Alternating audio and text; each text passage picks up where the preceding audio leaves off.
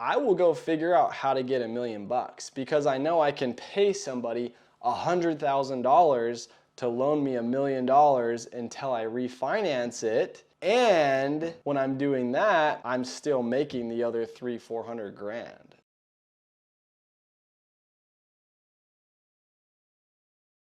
What's up, guys? Welcome back to another YouTube video. I'm excited for this one today. We're gonna dive into the 3 key things you need to be doing right now to take advantage and to make money in the existing market with the existing circumstances.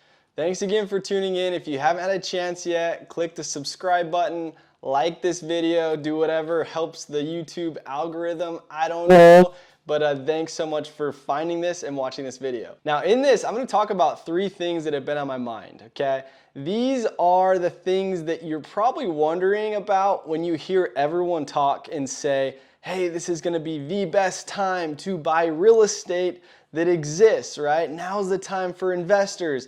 And you hear people on the other end of this spectrum complaining and talking about, man, prices are still high and interest rates are also still through the roof. And so it's becoming more and more difficult for us to purchase a property. Our buying power is not as strong, right? And so there's a lot of negativity there. And then on the flip side, you hear a lot of investors, especially big time investors, saying like, man, this is amazing. They're kind of just licking their chops because they're so excited for what's happening right now. So in this video, I'm going to talk about 3 things that you need to be doing to be on the other end of it, where you can be the one that's, hey, I'm so excited, licking my chops for what's about to happen. And I truly believe, and not just saying this because a lot of people say it, but I really do believe in the next couple of years, you can go absolutely crush it in the real estate game and ultimately build more freedom for you in your life. And obviously that's why we invest. We do it for the passive income. We do it so we can have more freedom in our life. And in this video, these 3 things are gonna help you do that, okay? The third one specifically is like the biggest thing that's helped me the most. And I actually just landed a deal using it here recently. So we're gonna dive into that one, stay tuned for that. But these 3, they fall kind of funnel under one thing, and it goes like this. When you're submitting an offer, you need to submit 3 offers at a time. So I'm gonna tell you what these 3 offers are going to be, but any property, it does not matter. Anytime you submit an offer, moving forward, you need to have 3 offers or options that you submit that offer with. Now, you might have heard something called an option close. I have a 5-year-old and a 2-year-old, and so this is something that I use all the time in my house, and it gets used on me by little kids. If you have little kids, you know what I'm talking about. But it goes like this. Every time we go to bed, I know they're gonna ask for 5 or 6 stories. And so going into it ahead of time, it's really easy for me to say, instead of saying, hey, how many stories should we read tonight? Or let's go read a story, and then I have to go back and forth with them for 10 minutes on how we can only read 2 stories instead of 5. And so now I just say, hey, do you guys wanna read 1 story tonight or 2 stories? It's your choice. Do you want 1 or do you want 2? And of course, what are they gonna say? 2, right? They want 2. It's more than 1. Those are the options they're given. They're going to choose the better option, and I'm okay doing 2 stories, just not 5 stories every night. Another quick example, I was getting a smoothie the other day, and they asked me, cool, do you want a medium or do you want a large? And I'm like, how come you didn't ask me if I wanted a small? But in my mind, right, they're giving me an option, medium or large, and if I'm not that thirsty, I'm just going to say, hey, I'm good with the medium, right? Whereas when I would naturally go and they say, hey, what size do you want? I would probably just said small because I wasn't that thirsty. So you get the idea. There's power in an option close, and it gives people options and almost makes you feel like, oh, I have to accept this offer by choosing one of these options versus just responding and rejecting the offer completely. So let's take an example of a random house that's on a market. Obviously, this is going to change based on your market, how you invest, all the good stuff. But let's just use a base number of $250,000. This house comes up on the market. It's 250 grand. And let's say it's a fair price. Like, it's probably appraised for 250 grand. It's worth 250 grand. This is the power of the market we're in right now. Rewind 6 months ago, if it was worth that much, then it would sell for that much. If that's what it appraised for, most likely there'd be multiple offers. There'd be someone that might have offered all cash if this is an investment property. And so you're competing with a lot more. Now, this is what's so cool about where things are at now. When people are kind of skittish and they're not really jumping at the next opportunity to invest like they were, 6 months ago, it gives a lot of us an opportunity to be able to do this, okay? So now when you submit that offer, even though it appraised and it's worth 250 grand, you're gonna submit 3 offers. One is just your normal financing on the offer, what you would normally submit, except for this is gonna be under asking, right? Even though it appraises for that, you still wanna get a good deal on it, right? You make your money when you buy. And so it might go like this. I might say, hey, this is, a normal offer, normal financing. I'm putting 20% down with the bank and buying the property this way. And so I'm willing to do everything cut and dry by the books, how you normally probably do every other offer, except for I'm gonna say, $210,000, $40,000 under asking, to the point where if I get it for that, I'm super stoked, like I'm jacked, right? Instead of just stopping there and submitting that offer saying, hey, this is my offer, take it or leave it, 210, most likely in that circumstance, a lot of times they'll just say, no, I'm not interested right now for that much lower, right? And so that's your offer number one. Normal financing, it's what you would normally offer except for under asking. You can use, a percentage if you want, if that helps you. Hey, I want to make sure I'm getting this 20% under asking or 10% under, whatever your criteria is to get a good deal that way. You want it to be where if they accept that offer, you're excited about that and you're like, sweet, I'm going to go put 20% down on this because I'm going to get a really, really good return because I know how much margin there is and how much meat on their bone there still is. Now that's offer number one. Offer number two, or option number two when you submit this offer, is you're going to give them a seller finance option, okay? Now this is where this gets really tricky and it kind of helps with the option close and plays with the seller's minds a little bit, is you're gonna offer above asking.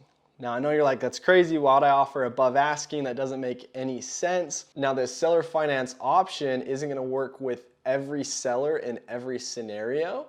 Sometimes they just need cash and they need to sell the house. But you're gonna offer above asking, but you're gonna do it on your financing terms, okay? And what I mean by that is this is gonna be a lower down payment offer, and this is also going to be a longer note, right? You want them to carry that note as long as possible, preferably 30 years if you can get that. The last 3 seller finance deals I've done have all been 30-year terms. So it's very, very doable. A lot of people like that, especially if they have the home paid off, they want that steady income, they want to count on it. And they've both been, all 3 of them have been actually lower down payments. One was 5%, one was like, it was $10,000 down, which was like 3% of the purchase price roughly, and another one was 10% down. All of them better terms than I would have gotten with the bank because I'm in it less cash, which means I'm getting a higher cash on cash return. I'm making that money back quick. I'm getting a better return if I can negotiate that. It doesn't matter that I'm paying above asking price.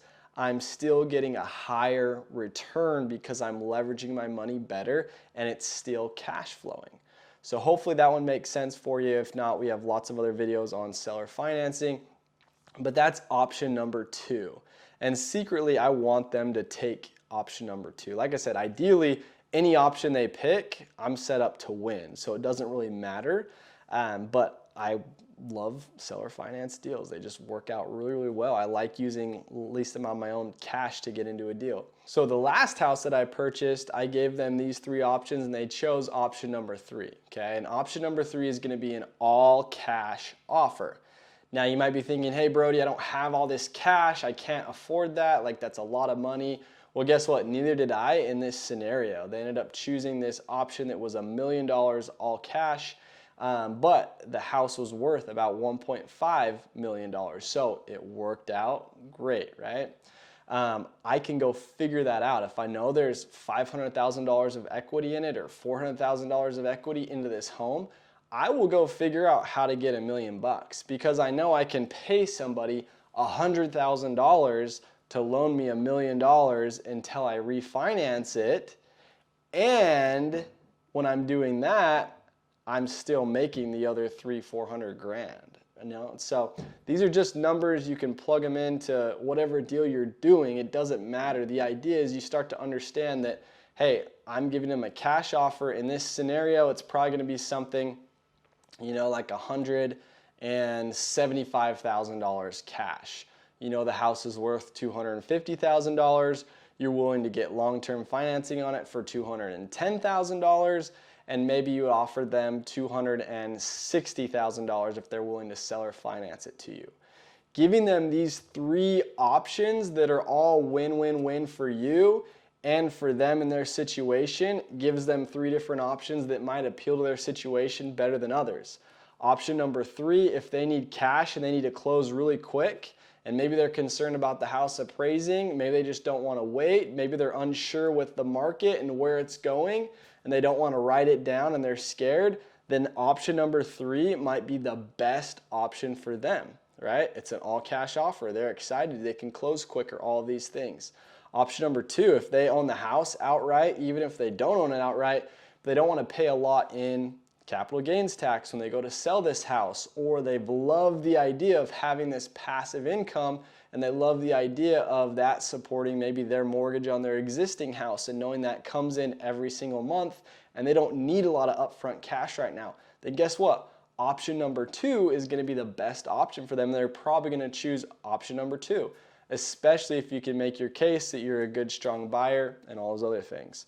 Now, option number 1, that might just be, hey, I'm fine waiting a month. I want to get paid, but I also maybe don't want to wait and see where the market goes, write it all the way down. I don't know, things are uncertain right now. I know it's probably worth $250,000, but, and again, I haven't had any offers and it's been 2 weeks. I just sold my primary residence for $200,000 less than what it appraised for. Like just barely appraised for that, sold it for $200,000 less. The reason was because I didn't want to be on the other end of it, writing down the market, waiting. I didn't want to not accept that offer and then I'm holding out, right? And then all of a sudden the market drops down a little bit more and now I can't even get that out of it even though it appraised. Or you just never know. Cash is also king, right? For me, I knew instead of waiting a few more months to sell it, even if I could have got a higher asking price, that's also money that I didn't have and I couldn't go do another deal with. So you never know someone's motivations. Hopefully this kind of made sense and worked out for you guys to take some of these things to be like, hey, moving forward, these are 3 things that I can do to go capitalize on the market with things that are happening. And I promise you, if you can continue to do this and do it consistently, it's actually really, really fun, right? You take a random property and it's like, cool, this is worth this much. You run your numbers on it. I'm going to get a great return if option number 1 is what they accept, a great return if option number 2 is what they accept, and a great return if option number 3 is what they end up accepting. And we're going to do another video. Stay tuned. It'll be the next one that comes out on hard money. So option number 3, to the point where you're not sure how to go and get that $175,000 cash, or on this last deal I did $1 million cash, you need it, where do you go find it? We're going to talk about the ins and outs of it and how much it actually costs you to borrow that money and what it looks like and what the process of borrowing that money is. So stay tuned for that, and hopefully this video added some value to where you can actually go out and apply this and start to build more and more passive income as you continue to build your real estate portfolio.